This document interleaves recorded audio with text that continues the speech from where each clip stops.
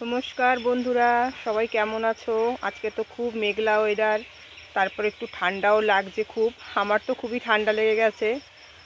আমার মতো হয়তো অনেকেরই ঠান্ডা লেগেছে। তো যাই হোক, সাবধানে থাকতে হবে সবাইকে। তো আজকে আমি রেসিপি করব রুই মাছ সেদ্ধ। তো রুই মাছ সেদ্ধ কি করে করছি তোমাদের সাথে আজকে শেয়ার করব। চলো দেখা যাক কি করে করি। তো দেখো, একটুকু রোদ ওঠেনি এখনও, 12টা বেজে গেছে।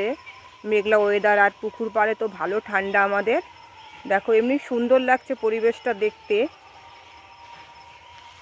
তো চলো। তো দেখো, এখানে নুন আর হলুদ হলুদ না, লঙ্কার গুঁড়ো নিয়ে নিয়েছি। হলুদটা দেবো না, তো এখানে মিশিয়ে নিচ্ছি লঙ্কার গুঁড়ো আর নুনটাকে।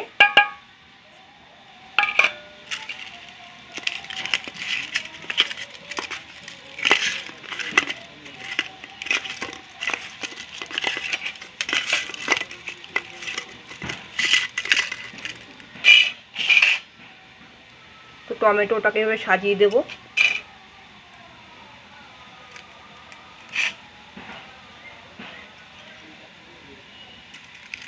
মাছটাকে দিয়ে দিলাম আমি, আবার ওই একইভাবে দিয়ে দেবো।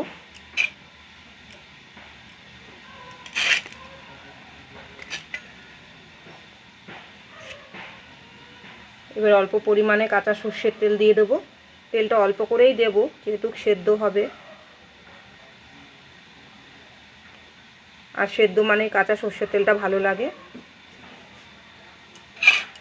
তো হালকা করে এবার গোলমরিচের গুঁড়ো দিয়ে দেবো।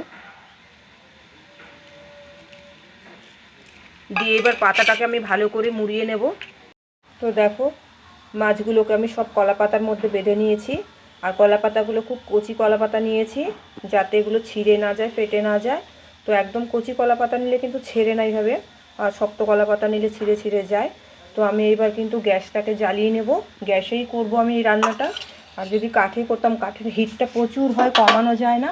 সেই কারণে আমি গ্যাসে করব, লো ফ্লেম করে দেবো।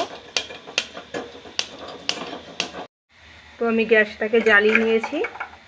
একটা লোহার কড়াই চাপিয়ে দেবো গ্যাসে। গ্যাসের হিটটা একটু কমিয়ে কমিয়ে করতে হবে, যাতে ওই হিটে হিটে আমার মাছটা সেদ্ধ হয়ে যায়। তুমি কড়াইটার মধ্যে সব বসিয়ে দিচ্ছি পাতাগুলো একটা করে।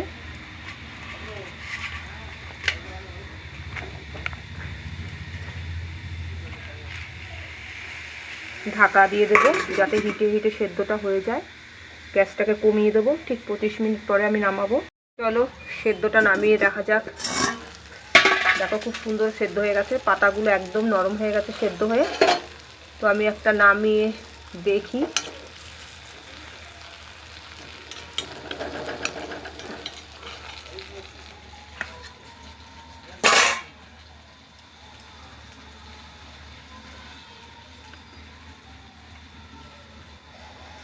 দেখো খুব সুন্দর সেদ্ধ হয়েছে, আর এত সুন্দর একটা সেন্ট বেরিয়েছে, মানে কি বলবো। দেখো, আর খেতেও সেই টেস্টি হয়। তোমাদের দেখাবার জন্য খুললাম এক পিস, এই দেখো।